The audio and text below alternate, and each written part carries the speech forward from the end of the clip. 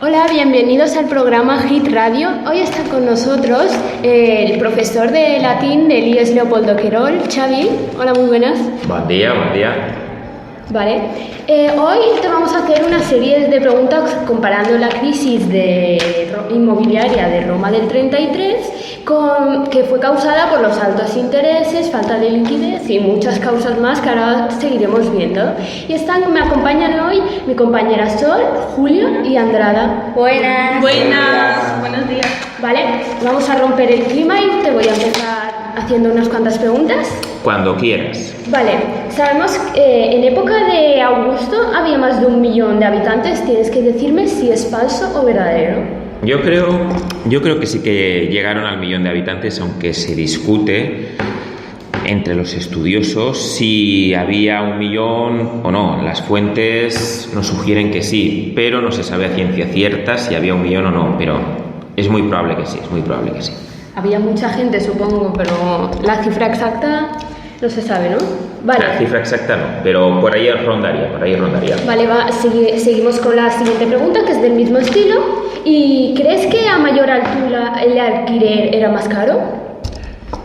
Pues sí, era más caro. Y esto tiene un porqué, y el porqué es que los materiales eran pues baratos y el más barato era la madera.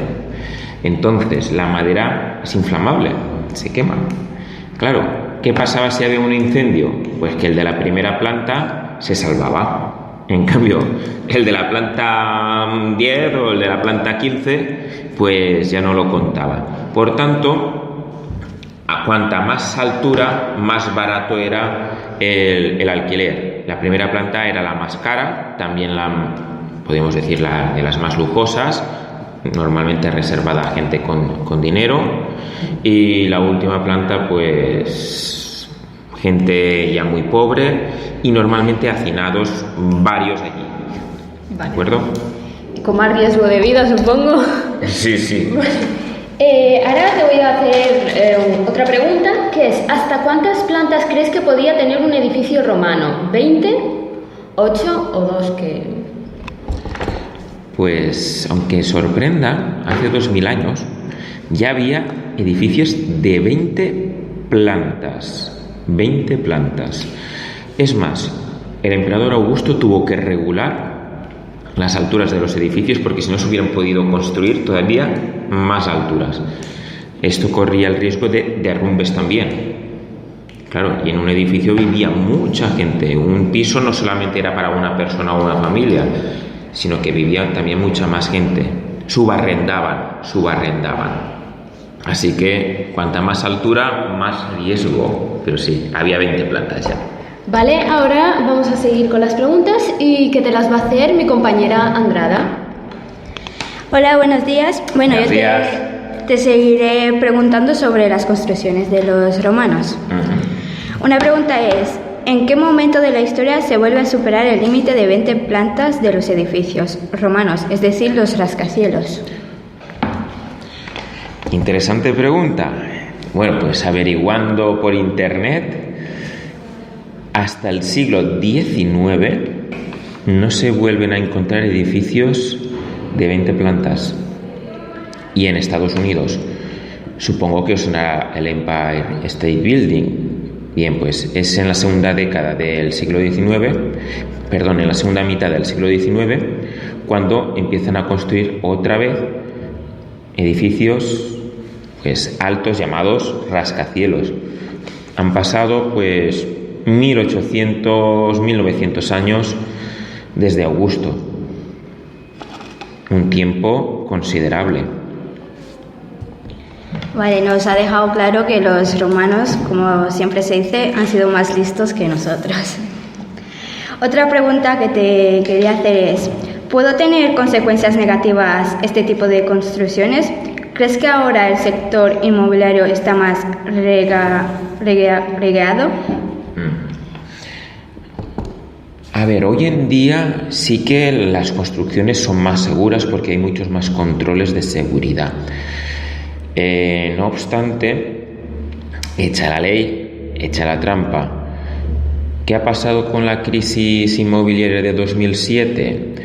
Bueno, pues la crisis se ha debido por motivos financieros y especulativos, pero una de las consecuencias de la crisis es que ahora, en estos momentos, 10 años, 11 después, se está viendo que muchos de estos edificios que construyeron durante la época de bonanza, previa a la crisis, pues se están viendo que los materiales eran muy baratos, eran muy, podemos decir, no diré defectuosos, pero sí que no tenían la consistencia suficiente y no están aguantando.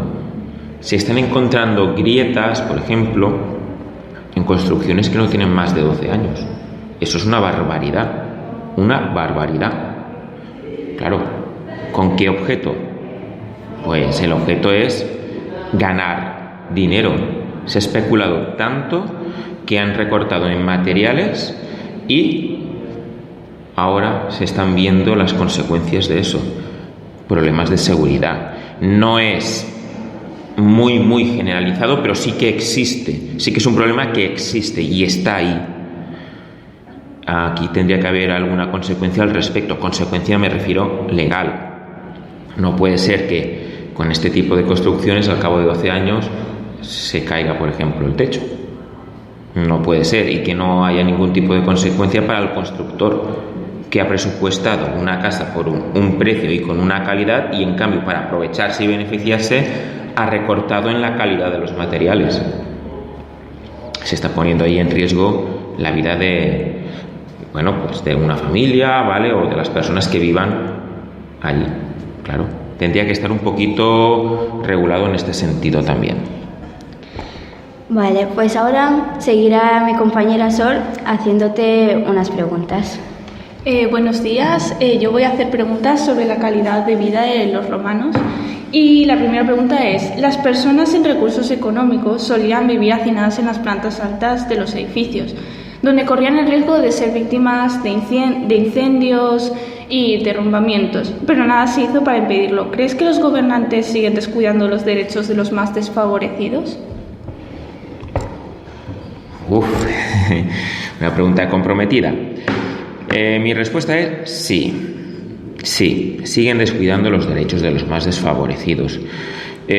Si miramos las noticias, telediarios o, por ejemplo, periódicos, veremos que hay mucha gente, por ejemplo, que a duras penas puede llegar a final de mes para pagar luz, agua, es decir, elementos básicos hoy en día. Claro, ¿qué pasa si a una persona le cortan la luz porque no puede pagar? Pues no funciona la nevera, no funciona la lavadora, no funciona la calefacción. Claro, hoy en día no nos damos cuenta, pero todo eso es básico. ¿Qué pasa si no funciona la nevera? ¿Dónde ponemos la carne o el pescado? ¿Qué pasa si no funciona la lavadora? Tenemos que lavar a mano, ¿no? Que no funcione la televisión da igual, no es imprescindible, pero hay ciertas cosas que sí que son necesarias. Entonces, aquí haría falta un poco más de sensibilidad política para estas personas que no pueden llegar al final de mes y tienen que priorizar unas cosas en detrimento de otras. No puede ser. Yo aquí sí que introduciría elementos de carácter social para garantizar la protección de estas personas más desfavorecidas, para que pudieran llegar a final de mes, pudieran llegar y pagar, por ejemplo, las facturas de la luz, del agua, sin tener que ajustarse tanto el cinturón que a veces, pues, una comida al día o ni tan siquiera eso, ¿de acuerdo? Esto no puede ser. En una sociedad como la de hoy no puede ser. Estoy de acuerdo que esta situación es muy injusta. Y la siguiente pregunta es sobre la crisis del 33. En el 33 hubo una crisis inmobiliaria causada por los altos intereses y falta de liquidez. ¿Se podría comparar la crisis inmobiliaria en Roma con la española del 2017? Bueno, la crisis del 2017... qué reciente, vaya. Será la del 2007. La del 2007. Claro. Bueno, pues la del 2007 se debió pues a una especulación, más que a los intereses fueron una consecuencia, pero se debió a una especulación, es decir, la gente compraba pisos no para vivir, sino para vender, es decir, para obtener un beneficio, un lucro. Esto funcionó mientras había demanda de pisos. Claro, si la gente pide pisos, tú vas vendiendo los pisos. Pero en el momento en el que la gente ya no compra pisos, ¿qué pasa? Pues pasa que los bancos que han dejado el dinero a la gente para comprar pisos, pues se encuentra con que no puede venderlos. Claro, si la gente ya no quiere pisos, ¿cómo vas a vender un piso por 200.000 euros? Es imposible. Por tanto, los precios bajaron muchísimo, alrededor de un 50%, más o menos, casi la mitad. Imagínate que tú has comprado un piso por 200.000 euros y que al cabo de 2 años te vale 100.000 euros, la mitad de lo que tú has invertido, Claro, te arruinas y encima con deudas, porque los intereses, claro, el préstamo que tú has hecho hay que devolverlo con intereses. No puedes devolver ni el préstamo ni los intereses. Y esto originó pues la burbuja inmobiliaria, esto originó la crisis, a la gente a la ruina se tuvo que malvender sus propiedades, aún así tenía deudas, tenía que pagar las hipotecas con los intereses, se procedía a desahucios, etcétera. Todo esto es una bola que va creciendo y se va haciendo grande. Esto fue la de 2007. La del 33 se debió también, es parecida, pero se debió más bien a los intereses desorbitados.